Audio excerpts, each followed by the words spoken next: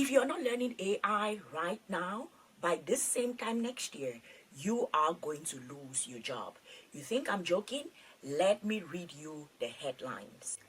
US layoffs for October surged to two-decade high, Challenger data shows. And the next one we have global firms slash jobs amid weak sentiment in bracket AI push. The next one, Amazon to cut about 14,000 corporate jobs in AI push. So let me tell you something. If you are not learning AI, you are going to be left behind. 2025 is coming to an end, so let us take a good look at the things that were happening in the world of jobs and employment throughout 2025 and the things that you should be thinking about as we move into 2026. But firstly, hi, thank you so much for being here. My name is Sylvie and I'm a startup founder and content creator. Many of you may know me from the tons of scholarships abroad videos that I've been creating over the years, but that has now morphed into an entire startup of its own. So if you know anyone searching for scholarships, please do also send them to our LinkedIn page so that they can get help there. But here I am sharing with you the behind the scenes of life as a first-time startup founder and commentary on the things that I find interesting. So if you're new here, please do also subscribe, like this video, turn the notifications on, and as we go along, do well to share with me your comments, what you think in the comment section. So let me read to you what Amazon's CEO says, Andy Jassy. He admitted that AI will make some corporate roles redundant. He said we'll need fewer people doing some of the jobs that are being done today and more people doing other types of jobs. This is Amazon's CEO, Andy Jassy. What that tells you is that AI is coming and it is going to be replacing a ton of the jobs. Let's look at Dario Amodei, CEO of Anthropic. He was really blunt in how he explained it. AI could eliminate half of all entry white collar jobs, bringing unemployment to 10 to 20% in the next 1 to 5 years. He said AI companies and the government need to stop sugarcoating the possible mass elimination of white collar jobs across various industries.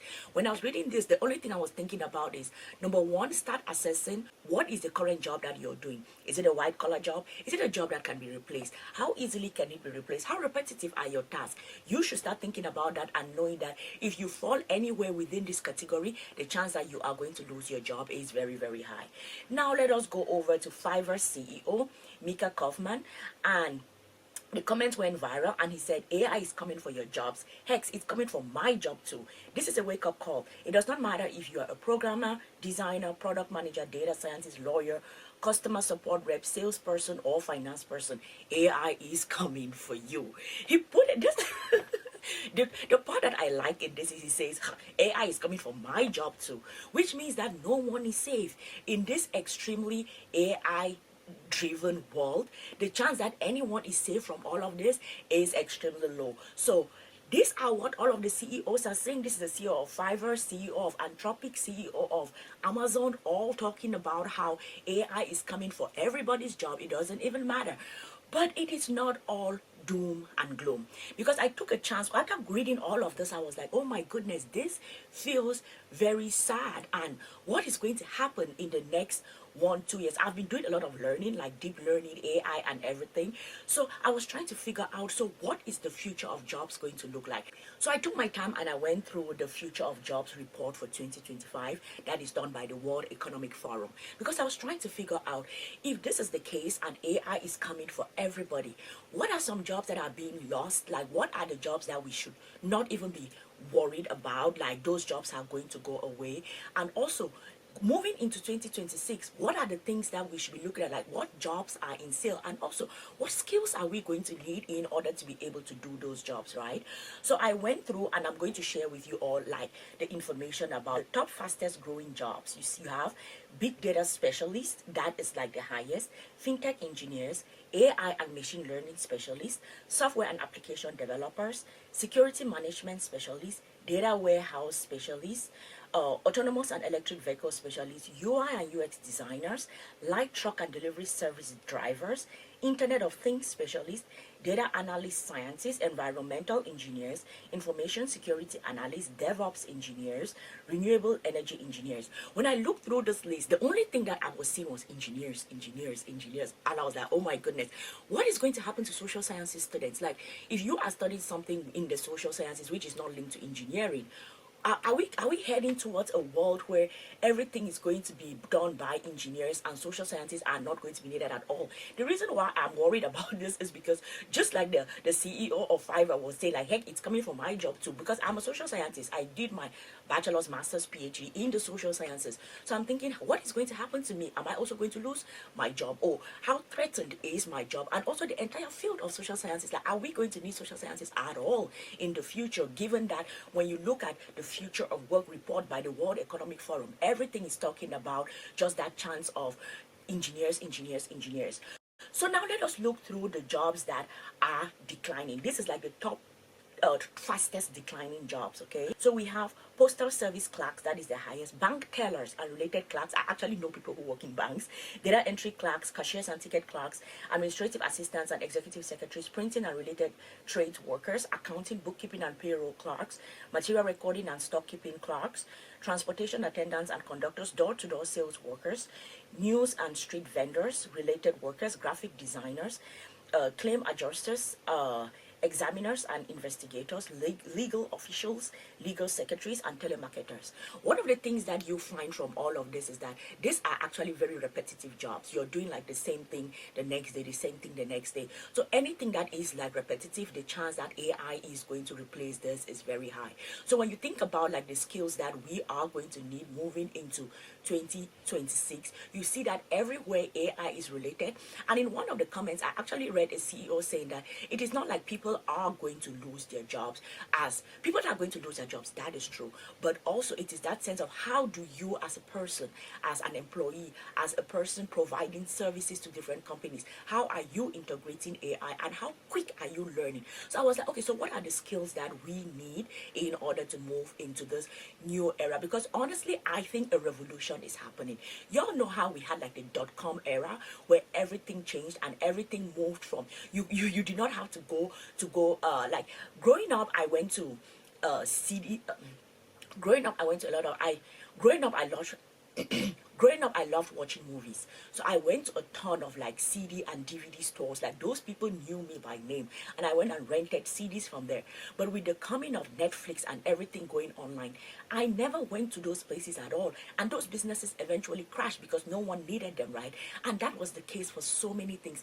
As everything went online and everything became digitized, that was the revolution of the 1990s and 2000s, right?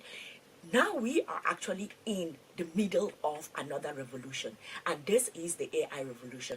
And that is why I was asking, so what are the skills that we are going to need in order to move into and actually prepare ourselves for this particular revolution? So I took time to go through this report and see what are the skills. So let us go through them. AI and big data. That is why I started this by saying that if you are not learning AI right now, the chance that you are going to lose your job by this same time next year is extremely high. So that was not a claim, because you see it as the first most important skills to acquire within the next 5 years. Networks and cybersecurity. My younger sister is actually studying cybersecurity. My younger brother is studying something related to cybersecurity. So no, he's doing cloud engineering, I think. So if you are not studying anything, like these are the top two. So get into it, you guys. Technological literacy, same thing. Creative thinking. I don't know exactly how creative thinking is going to sort of, I don't know. I don't even know what they mean here by creative thinking. Resilience, flexibility, and agility. I think the reason why they have this resilience, flexibility, and agility here is because we all will have to upgrade our skills. We all will have to get into this new era and learn how it works and be resilient, because as the jobs are going out and maybe you're being kicked out of your job, you have to start asking yourself, like, what are the new skills that I have to learn in order to sort of advance myself? What are the new things that I have to learn? So that resilience is important to be there, because if you're laid off, okay, now you don't have a job, but now it's what is the flexibility? How are you learning? How are you growing? And then you have curiosity and lifelong learning. This is exactly what I was just saying, lifelong learning. we really need to figure out the fastest way to get to learning as much as possible, because the faster you learn, the faster you know, the faster you're able to sort of build that resilience and flexibility for in this revolution that we are going through. Leadership and social influence goes back to the same thing. I've actually been telling my friends, like, please, please, please, you all are doctors, you all have a ton of knowledge. Start creating content about what you are actually good at. And this actually goes for everybody. If you're good at something, start creating content about it, putting it out there, building your social influence, becoming a thought leader in that space. And that is why they say leadership and social influence, because when you start creating content in it and spreading it out, you are practically building leadership and thought leadership in that particular space. Talent management, analytical thinking, environmental stewardship, systems thinking. I was in San Francisco a couple of last month. I was about to say a couple of months ago. No, I was in San Francisco last month, and when you went through the entire San Francisco Tech Week and all of the things that were happening with reference to AI and the future of work and the future that we are headed towards, one thing that became really clear is that we all have to be systems thinkers. Like, there were so many people that were specialized in systems thinking, but one thing that you could know is it's not like they were like specialists in systems thinking. They are getting into the field, they are building their thought leadership with reference to systems thinking. So we all have to learn systems thinking, okay? Motivation and self-awareness, empathy and active listening. I think these are like the soft skills that you need. These are mostly like soft skills. Design and user experience, service orientation and customer service, teaching and mentoring. That is what I'm talking about, creating content, because when you're creating content, you're practically teaching people, right? And people start asking you questions, so you need to learn how to mentor people. Programming, marketing and media, resource management and operations. Actually, I'm trying to learn programming. I am so lazy, but I am trying to learn programming with the use of AI such that it is not as hard, right? Quality control, global citizenship.